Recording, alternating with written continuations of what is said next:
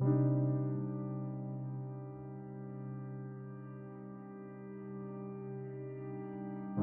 now in Evergreen Cemetery, which is the cemetery that gives Cemetery Hill its name here in Gettysburg. And behind me is the grave that is marked Jennie Wade.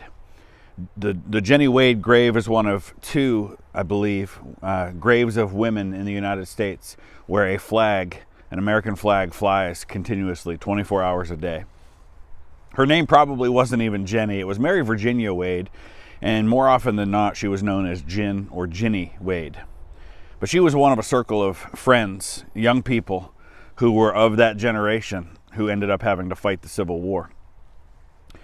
Her boyfriend, maybe fiance, we really don't know for sure, was a young guy named Jack Skelly, who's also buried here in the cemetery. Jack Skelly, when the war broke out, joined the 87th Pennsylvania.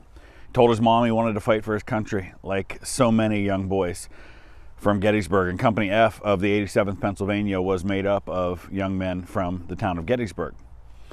Another young man who grew up here in Gettysburg who fought in the Civil War was Wesley Culp. Now the Culp name is all over this cemetery. Culp's Hill is just off in the distance, not far at all away from here. And that was Wesley's family. It was part of his extended family. It was originally Kolb, K-O-L-B, and like many German names here in Pennsylvania, it eventually got anglicized to Culp. About 7 years before the Battle of Gettysburg, Wesley had gone to Virginia to work. And when the war broke out, he sided with his adopted state and joined a Virginia Confederate unit.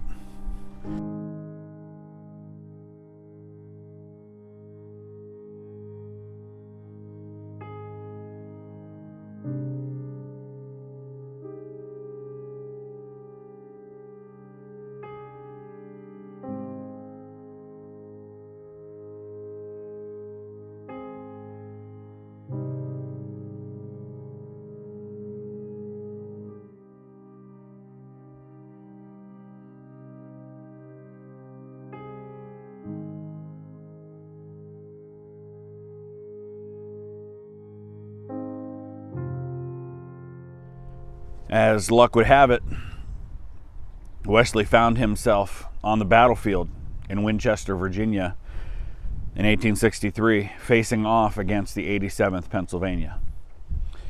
He and Jack Skelly were friends. They'd known each other. It was a small town. Most young men and women in their teens and early 20s probably did know each other.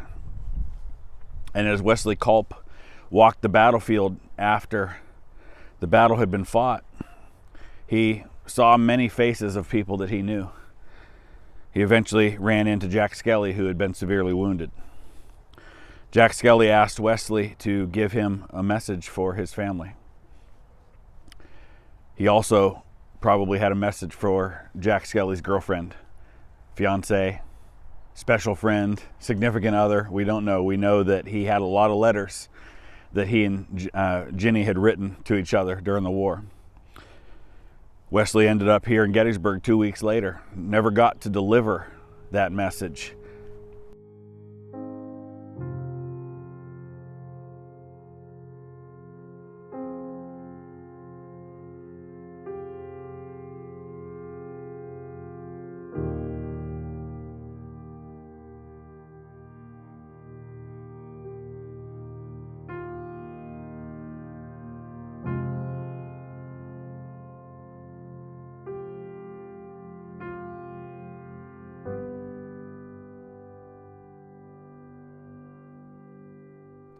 When the Battle of Gettysburg erupted on July 1st, Jennie Wade fled to her sister's home here on the south side of town.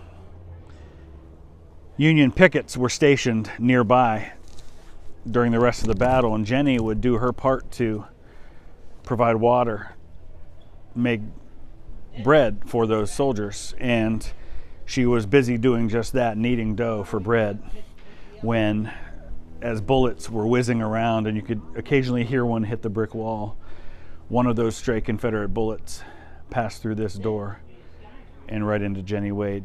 She was killed almost instantly. At 20 years old, Jennie Wade was the only civilian casualty of the Battle of Gettysburg.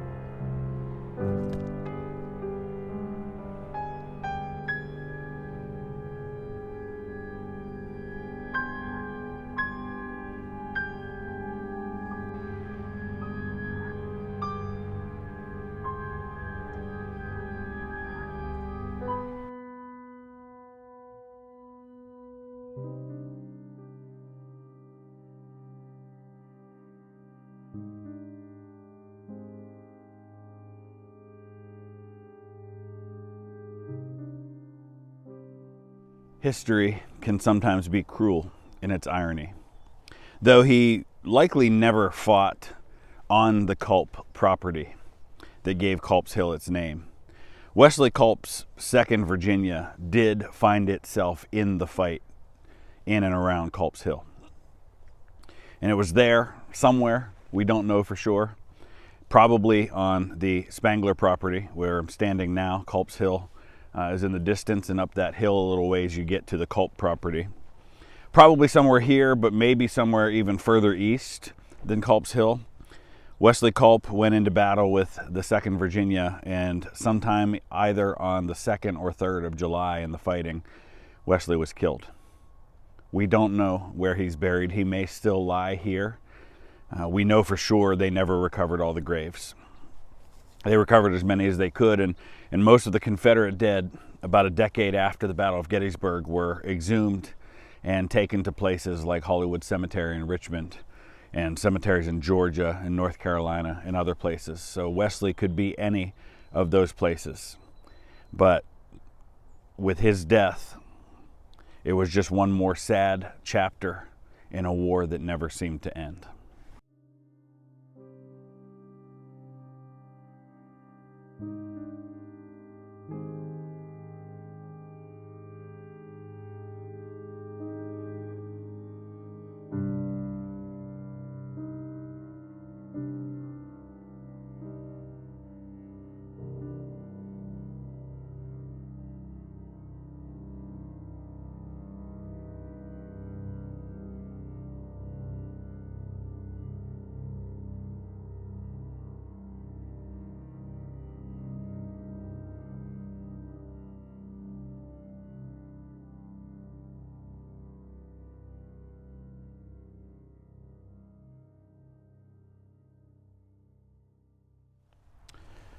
Even though he had been wounded a few weeks before the Battle of Gettysburg, that circle of 3 friends, Ginny Wade, Wesley Culp, and Jack Skelly, all met their end in the first few weeks of July. Jack was the last of the 3 to die when he died of his wounds in Virginia on July 12th. His family brought him back here to Evergreen Cemetery to be buried. And he's buried near much of his family and probably 75 yards from Ginny Wade.